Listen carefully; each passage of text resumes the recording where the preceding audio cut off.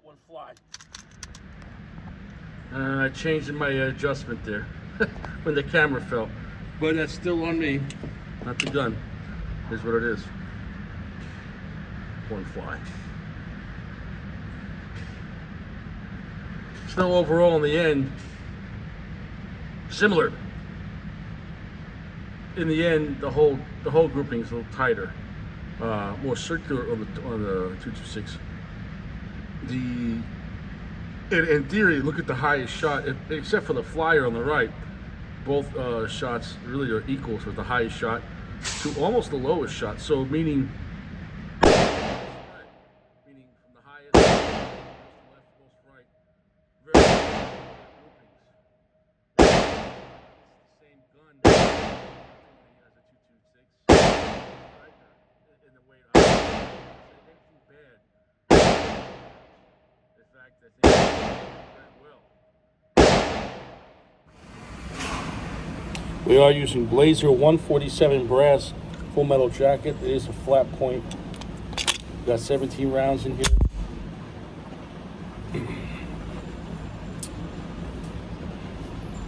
It's mag dumping time.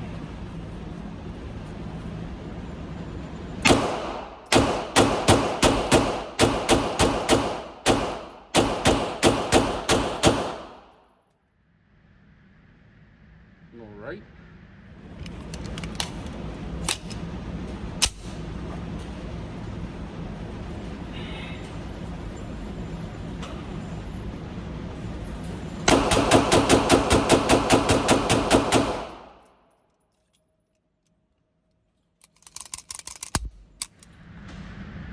Mag dumping grouping was tighter, minus one flyer. But yeah, the cyclic rate. I'm gonna go back to 320. I just haven't shot that as much. So now mag dumping the 320. I'm gonna go full speed with the 320, see what happens. Definitely under rapid fire. Got 15 rounds. See if it will slam. Nope, slide won't slam. That's a good thing. Slide lock's operating properly. Drop it home. Smack in the back. Now's the time to test it, right? Nope. Okay.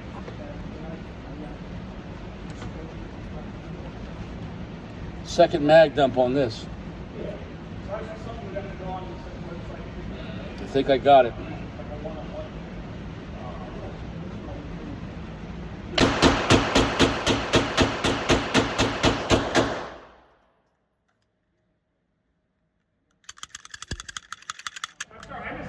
All right, it's in the same pattern. Mag dumping on that. It's just I do like the mag dumping on the 226, the way it operates. Slow fire is actually very equal. And then into it, although a little more accurate to 226, but mag dumping felt pretty good.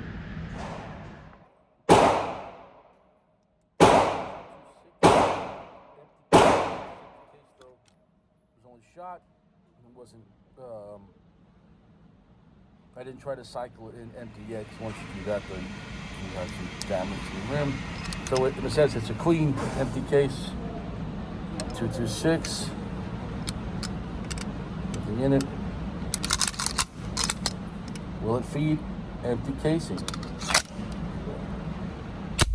Yes. Yes.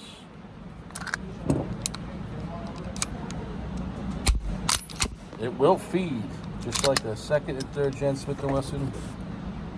And not even any damage to the rim. So, I mean, that went in smoothly.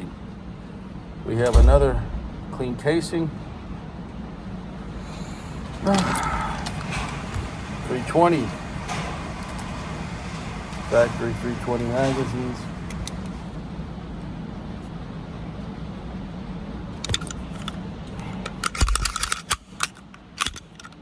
Chamber. There we go. Will it feed? No. 320. I'll give it another chance.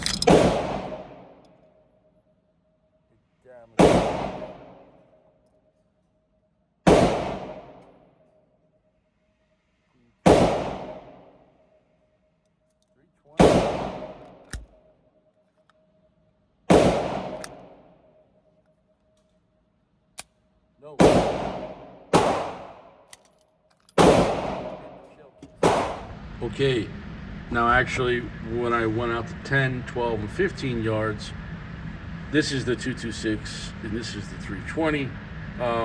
Both have some tight groupings. On the 226 is the more lower tight groupings.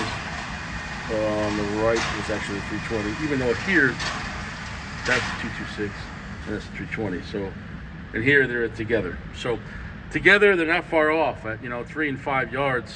This is rapid fire. Then 3, 5 yards, slow fire. They're both very accurate.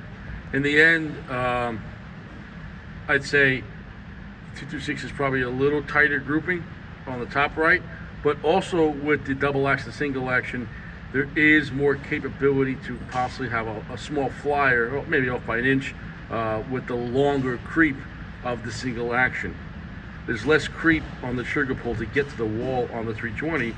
That's nice, but it's also what makes it, how do you say, like I said already, there's less room for error, meaning this, that little bit of take up on the 226 to get to the wall could protect your life if reholstering or any other issue though. So the 320, but while actually shooting it though, it still feels nicer shooting the 226, but I gotta say, I'm impressed with the 320, the way it's shot and the way to be, right there. When I'm taking my time and keeping very tight groupings, it's right there.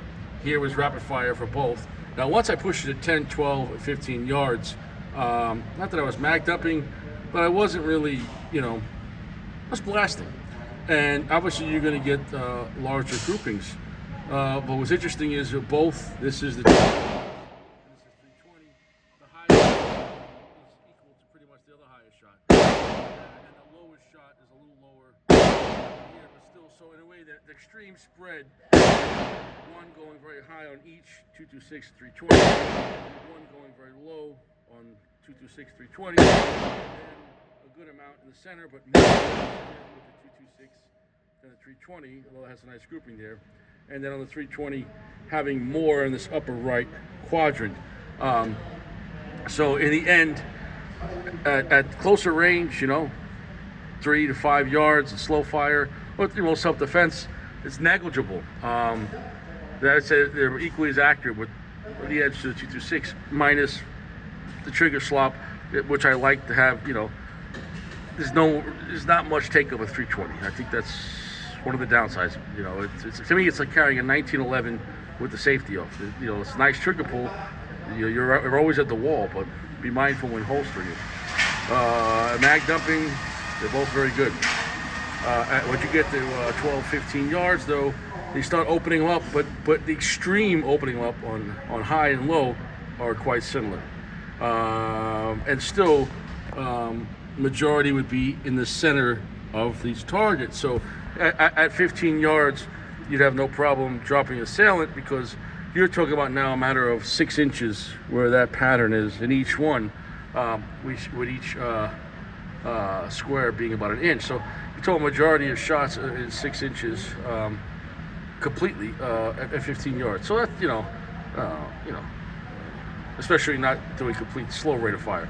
So yeah, so close range and control fire, very good. Close range, 3 to 5 yards mag dumping, very good. When you open up any pistol, you start going 10, 15 yards, especially at 15, you're going to get some spread. It's just because with the sights, and maybe on a bright sunny day and a more well-lit target, you know what I'm saying though? Because this black target with the black background of the range, when it almost gets a little, these aren't exactly, it's completely accurate sights on either one. Although I do like the sights better on the 226. Here's the sight picture on that. It won't let me do that. Here's the sight picture.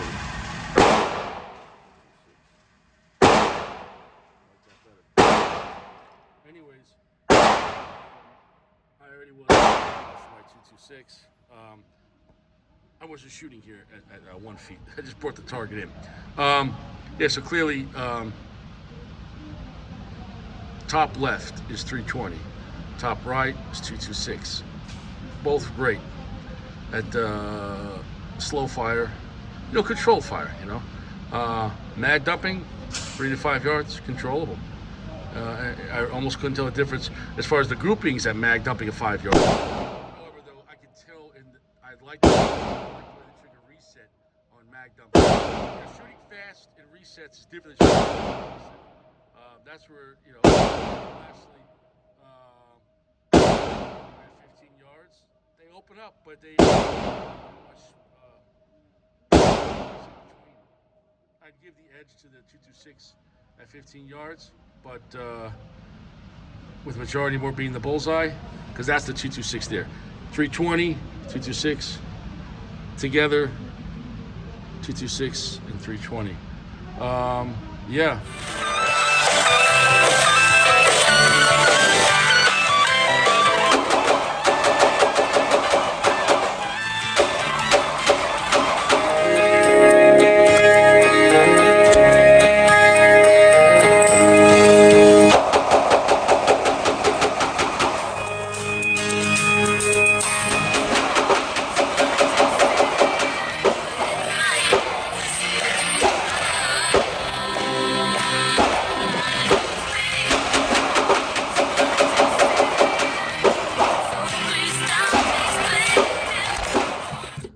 Okay, so how did it go at the range? First off, flawless on both. 100% reliable, 100% feeding, and extraction of all live rounds and ammunition.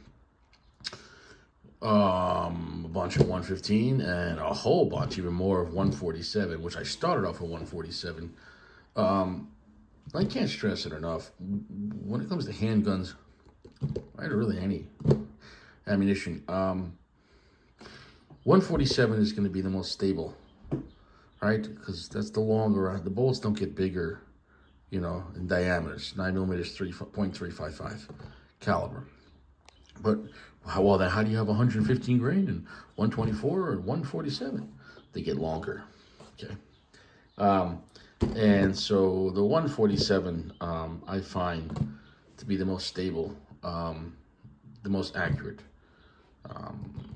Of course, I'm not using like any kind of match grade ammunition. Who's doing that with 9mm? But I'm just saying, when it comes to firearms and testing, I find 147 you're going to get the best groupings. Anyways, that being said, everything ran great. We knew it was going to happen. The 226 is like a baseline, especially being a West German one. But the question is, does the SIG 320 have AIDS? And the answer is not while you're shooting it. When you're actually when you want the 320 to go off, it goes off. The trigger on it, the reset, the feel, the recoil, and I would say, what's the word I'm looking for? As soon as I started shooting it, there was like zero acclimation. It was exactly okay. I've been shooting the 226 series for a long time.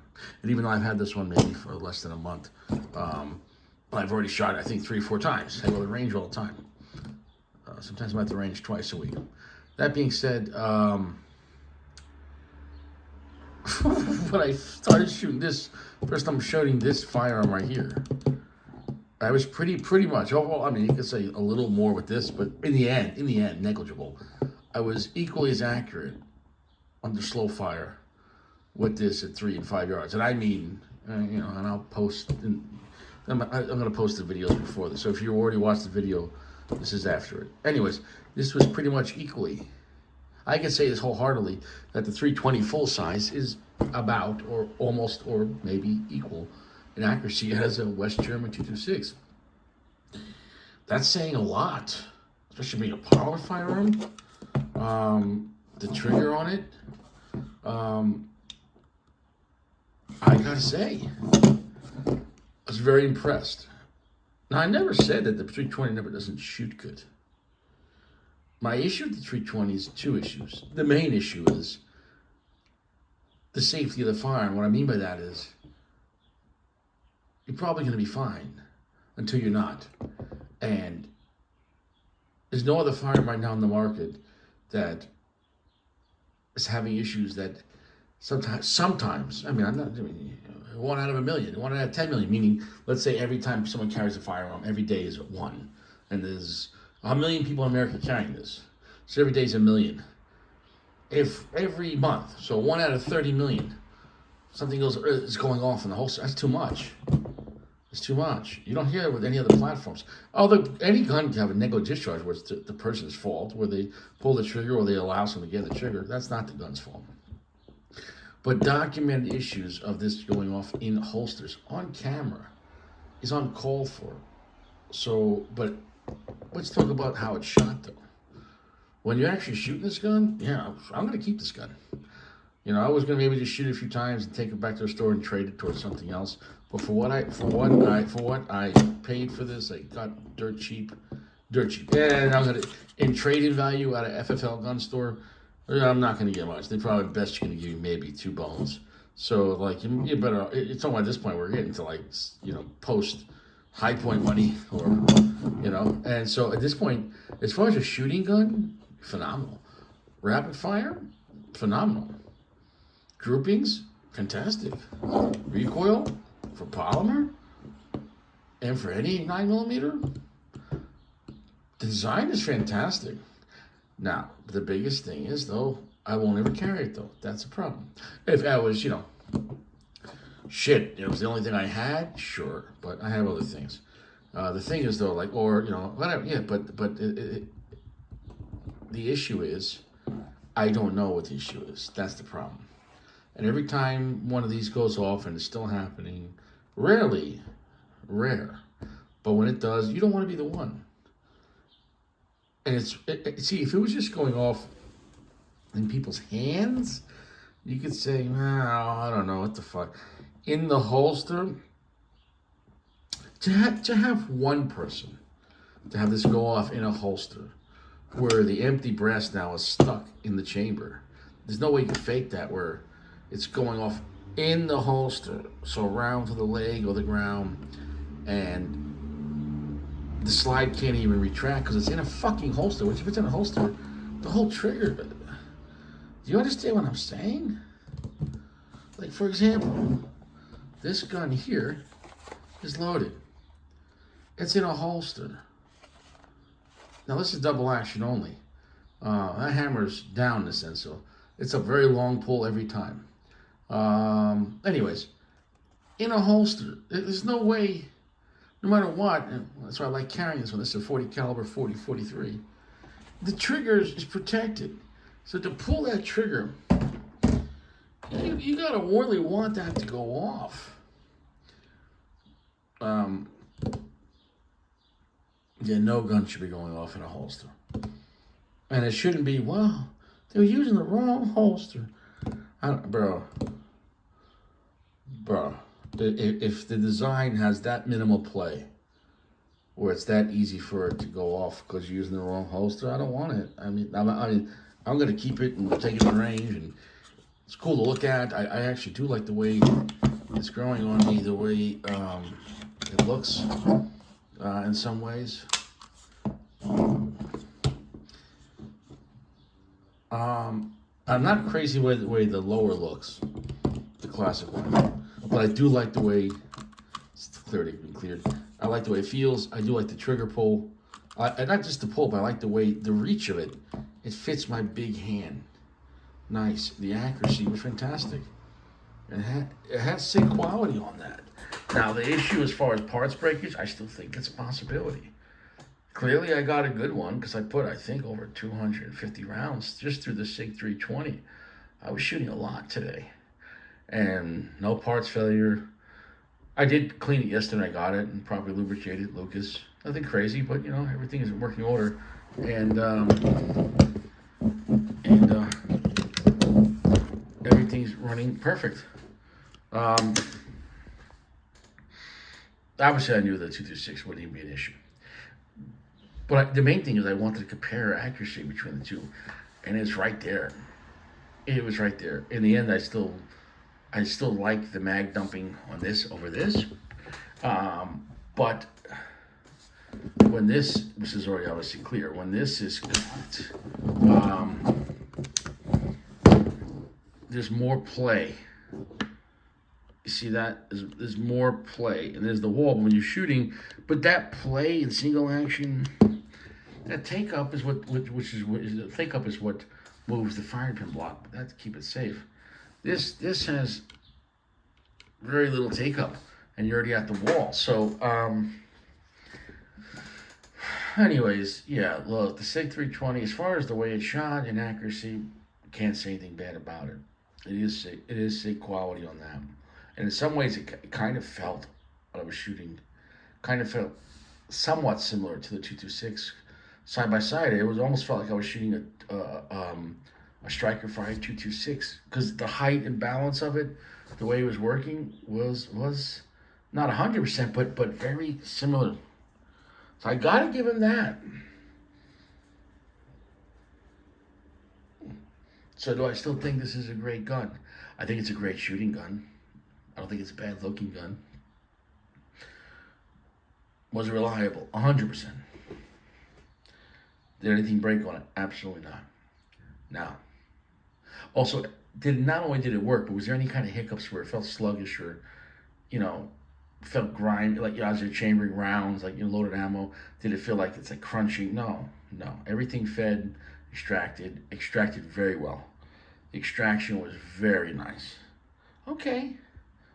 So what's the issue? Does it have aids? Sometimes. Meaning, once you carry it, locked and loaded, you put it in a holster, it seems like when this thing is under tension, not only for being loaded, but being carried in the holster, and where, in my opinion, you think about the insert, which is in here, which I will take this apart real quick. I'll show you the inside. The fire control unit. That being in the frame, in a way, normally you just have a lower and an upper, but really you have a middle now, where this goes in there, and then you have the frame, and you have the barrel, the slide, the upper. And there's a lot more going on as far as variables. And my opinion, if you have something out of spec, right, or something that when shooting or dropped, everything's shooting fine, or drop test, everything's passing. But are they doing holster tests? Do we have to worry about that? Normally, you don't have to worry about holster tests because if it's in the holster, as long as the trigger is blocked in the holster, it's never going to go off. But this is a whole new concept. I think due to the design and the modularity, and being that this was originally a hammer-fired gun, now it has Striker, and so eventually it's modified. It went through a sex change. It would be like taking one of these Smith & Wessons. It'd be like taking this Smith & Wesson here, hammer fired, and then going through a sex change and making the Striker fired. Okay? That's what happened to this. This was a 250. And then it got a boob job. And now it's getting free drinks. The problem is, sometimes it has a cock. You don't know. Lady boy. I don't know. So do I think the 320, all right, I'm not into lady boys, but do I think the 320 is a good gun? I tested it. Shot very well. It's actually shot almost, if not damn near equal to the 226. That, I gotta say, and remember, these equal size, full size guns, I gotta say this was fantastic shooting. And I gotta also say, it hurt my chocha. I actually enjoyed shooting it. That hurt my chocha to say that. I really actually enjoyed it. But that being said, would I trust it? Yes, I would trust it to be itself, meaning I can't trust it. I would never carry this loaded on purpose. Like, if I have any other firearm, I'm carrying that. I don't have high points in Celtics. Anything I have is quality. I don't know. Let's pull out a 4506 square guard. Yeah, I'm going to carry that. 1990. This one I think was made in 89, but then released in 90. Smith & Wesson goes by when they release it from the factory. So if you got something made in 1990 January, it was made before that in assembly. Because sometimes things can be made and take them a few months to get out of the factory. But production is going to be when it went in the box and left. Yeah, I would. I trust this. I carry a 4506 when I want. Carry a 5906. carry a 226. Would I carry this 320? No. No, and that's that is the real problem, that it actually is a good gun, that it is a reliable gun, that it is apparently durable. 'Cause I did get a good one, apparently the parts, everything's, dude, this thing ran like a fucking top. Even the vibration, I call it the harmonics. When shooting and on rapid fire, that's really where you can tell a gun, like, can it handle the pressure, where everything. So you have the magazine moving fast, you have the barrel moving fast, the slide moving fast, the extractor moving fast, the ejector moving fast, the trigger, the sear. When you're doing mag dumping, but control, when you control like I can, you can really test to see like the whole unit, like how it operates under pressure. You know what I'm saying though? Especially as it's heating up. And it ran just as good as the 226 German, West German. Gotta give it to them, it is a good design. The problem is putting it in a holster, and when you don't want it to go off. Until we no longer hear that ever happening again, which I don't know, right? Or until there's like some type of upgrade on it. They've already had the voluntary recall, but until there's some type of massive change, in my opinion, it would have to be with the upper, the way the striker unit's in there. Until they change something where there's absolutely zero chance. I would like to see a traditional firing pin block, that you get like on a Glock or even a Series 80 1911. All right, let's open them up. Okay, we got the 226 here, the West German, and 320. For me, these guns, wow, are dirty. I have to clean them now. Like I said, they were already clean when I went there, but now I shot them. So anyways, here you see here, obviously on the double action, single action, you're gonna have the hammer here, and when that hammer's down, in a sense, this hammer's not energized and it's resting on this block here. So even if somehow you dropped it on the hammer and the hammer went forward, but it's on a block. So what we see how where it's at. Now watch what happens if I pull the trigger like that. See, you can go forward like that. That's how. See, it goes like that. That inertia will smack it, and then you let go of the trigger. It stays here. The inertia is what brings it forward on this design on a 226. The first part of the trigger pull, the slop in a sense, in single action or in double action, the beginning part of the heavy double action pull, the first part of that, see that? You see here? As you're pulling, watch. As you're pulling the trigger, watch. You see that? And that breaks at the end. You want that at the end, meaning unless if you want this to go off, it doesn't go off. So in the beginning here, so if you drop this gun, when you drop a gun, your hand, the good thing about dropping a gun is your finger's on the trigger.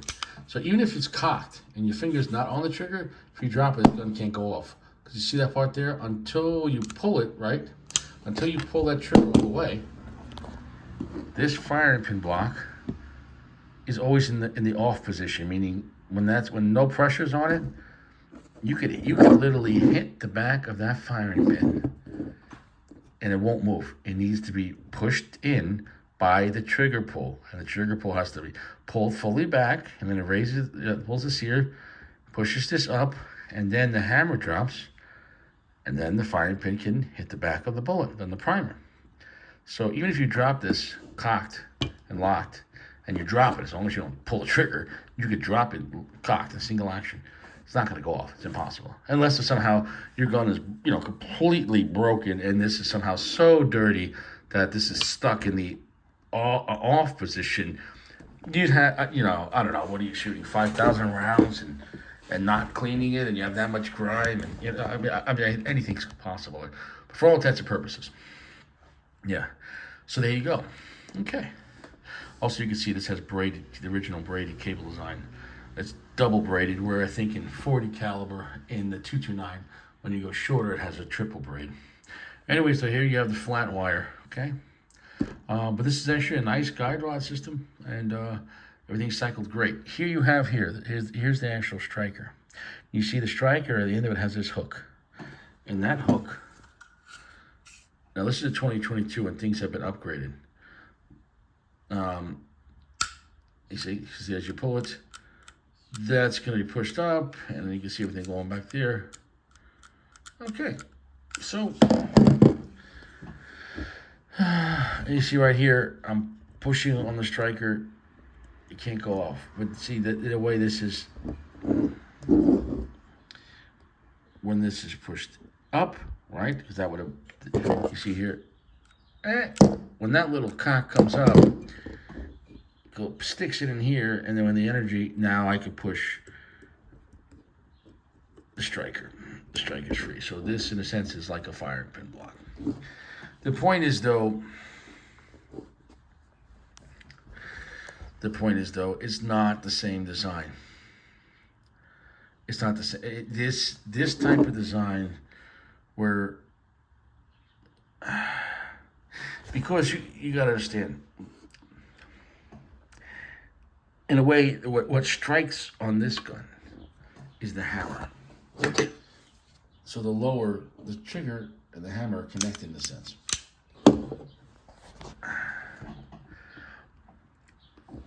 The hammer, in a sense, is the striker. And the striker and everything's all in here. And for whatever the fuck's happening, when things are going wrong, right? So in a way, on here, when you pull the trigger, it's just releasing it. It's releasing. There's a lot of business going on right here, and clearly, when not in normal operation, because we're flawless, but when it's in a holster, and like I said, I don't know if because when the slides on the frame, it's in the holster, if just enough torque is like, because when something's in a holster, the gun's under pressure, and I've seen it happen in videos where the guy's getting out. So what happens when you get out of the car? Think about it. You generally lean to one side, so most cops carry right-handed.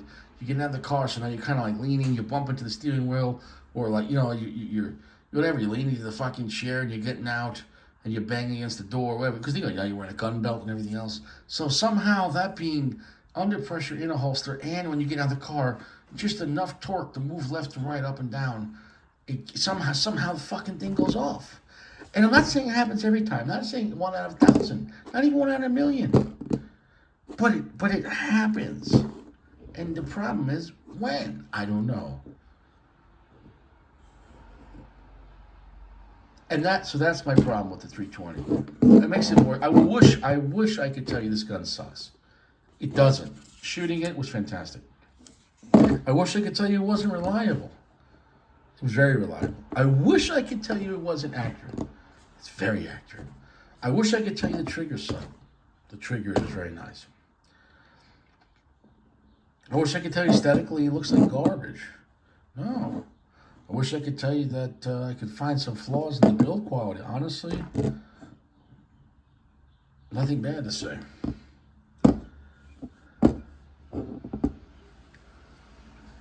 So what's the problem? That's the problem, I don't know. No one has fucking, that's the problem, that nobody knows what the problem is, officially. And that's what the fucking problem is. Some people say it's the fire control unit. If you put the 9mm or the 45 model in the vice versa, and you somehow, or some of the parts from the 45 and the 9s are getting reversed and they're slightly out of spec, but it happened only on some of them, and on the new ones it's not happening anymore. I wish they would come out and say, listen, any model from 2014 to 2019, return it, we'll give you a new one, because there might be a chance that somehow, blah, blah, blah.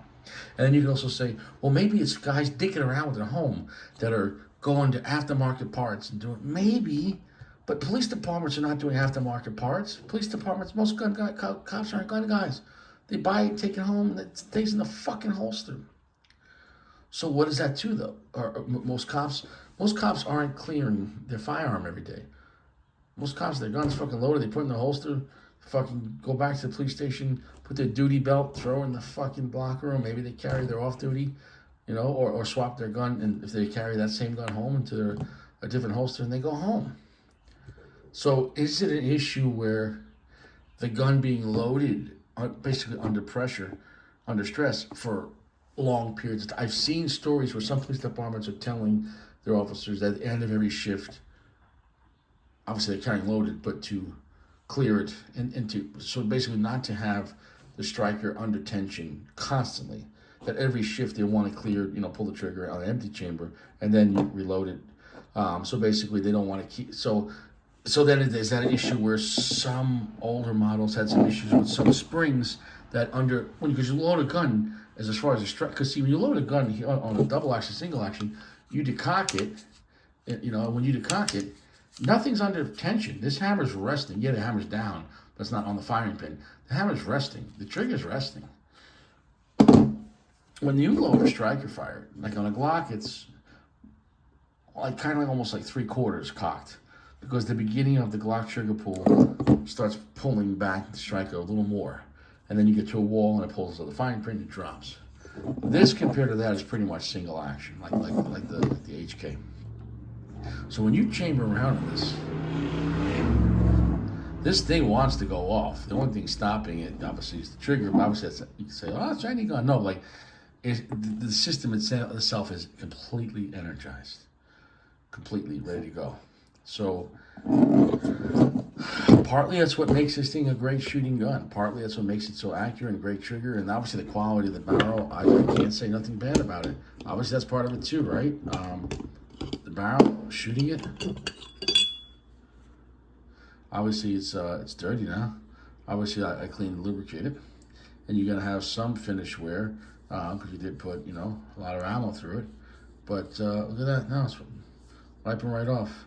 Like I said, it was lubricated when I went there, but obviously we have powder, You see the powder come on my hand.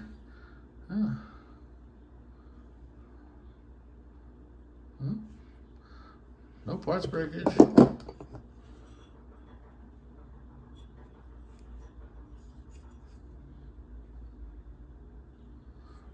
No. Looks well made. So, will I ever carry this as a last ditch? Sure. Would I ever carry it like as a backup, meaning just some loaded magazines and no round in the chamber, as a backup gun, and then if I needed it I would load it? Sure. Let's say you're going somewhere for a trip and you have your carry gun, but it'd be good to carry an extra gun, but that gun's going to be in a bag. Well, maybe having the bag with the mag separate, and or maybe just the mag in it but no round in the chamber, because obviously the point is, so yeah, something in a ready state but not completely ready. Yeah, I wouldn't leave this completely fully loaded in a holster. I wouldn't. And just resting around. I wouldn't. Because to say that it hasn't happened is a lie. But it also would be a lie for me to say that this is a garbage gun. It would be a lie for me to say that the 6320 shoots like garbage. It would be a lie for me to say that it's not accurate. And I gotta say, it didn't go off unless I pulled the trigger. So it was safe. The issue is, once it's loaded, if you don't want it to go off and you put it in a holster and you're rummaging around, or it's in your bag in a holster, but that's happened too, where it was in people's holsters in a pocketbook, which is a bad idea. The point is, so I think I'm at a place where, because the price was so cheap, and because SIG now has this basically SIG has High Point warranty forever for any person that owns it. They don't care paperwork, warranty, nothing. Just basically, if you ever have an issue, you send it back to them. They'll pay for shipping, and you're gonna get basically a brand new gun, or they're gonna fix it, guaranteed, no questions asked. So they're backing it that much, great. That gives me confidence that if I do have an issue, great. But like I said, so will I keep it for the house, no round the chamber with a loaded magazine as a backup to maybe a nightstand gun? Sure. It's nice to have. Is it great for the range? Sure. If I was in the woods, in a outside the waistband, in the woods, I'm going to go at least 40 caliber. So no, in a sense. But yeah, no. So I mean, I like the way it shoots. I think it's a great gun. I just don't trust it 100%. And when you should have to be able to trust every gun 100%, not to go off when it's in a fucking holster. We shouldn't have to have this fucking question. Like, what the fuck? Like, for example, this is a model 5906. Okay. There's no round the chamber here. The weapon's clear. You could turn it completely off. Obviously, you're not going to carry it like that. But you're going to carry it like this. The hammer's down. There's a firing pin block. Okay, you're not going to carry it like this. Okay. But anyways, you decock. So you carry it like this. But that first trigger pull, you're at the wall. But it's such a long trigger pull. It's a long, heavy, like 12-pound, maybe 11-pound pull. So, you know, you could stuff that in your pants. Oh, sorry about that. You could stuff that in your pants, or obviously better put in a holster. But my point is, it's never going to go off unless you want it to go off. Even if you drop it, and this thing is a boat anchor. It's solid, about 3 pounds of steel. And it's still a weapon when it's empty. Because, I mean, really, you could break glass with this. So this model comes from the Model 59, which came from the Model 39, from the 1950s.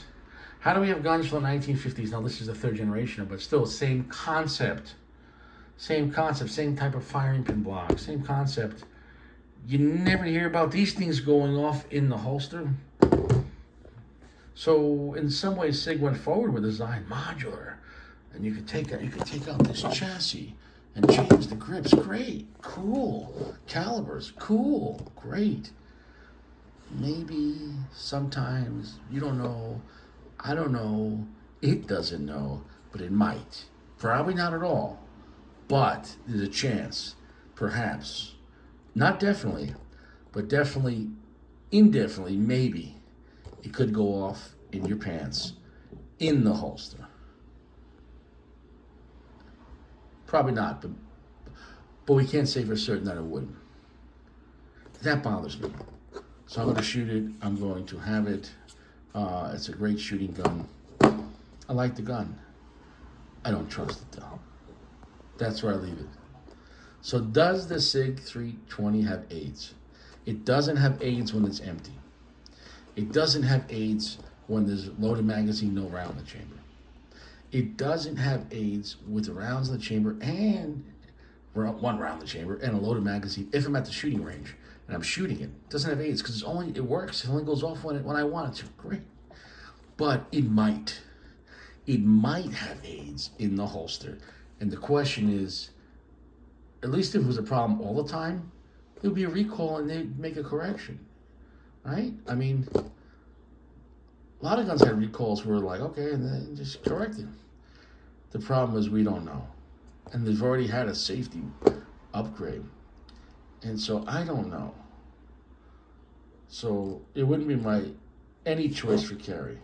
Great for range, good for home defense. If you don't want one in the chamber, but so it wouldn't be my first choice. But as a backup, sure. It's a shame because I gotta say I was really impressed with the way this shot. Impressed. So I'm not some blind hater. 320 I think is solid. Now, obviously I got a good one. I would worry about if you get some early models with some shitty internal parts and then they break on you. Maybe they've corrected that. I have read that they've gotten to more testing each one individually, and instead of lot testing, which you pull a few out of a lot sample. So make sure everything's within spec. So that's good, right? Okay, right? All right. But the main thing is that's a durability part. You're not going to necessarily die from that unless it breaks while you're defending yourself. But going off when you don't want it to go off, we shouldn't have to talk about that. But we are. So until we don't have to talk about that anymore with this design, it's going to be house, loaded mag only, nothing in the chamber. And for the range, that's it. I wouldn't carry it. And that's a problem. I would own it, yeah. I would shoot it, yes. I like the way it shoots. I wouldn't carry it though. All right, see you around. I hope I answered the question if it has AIDS. Sometimes.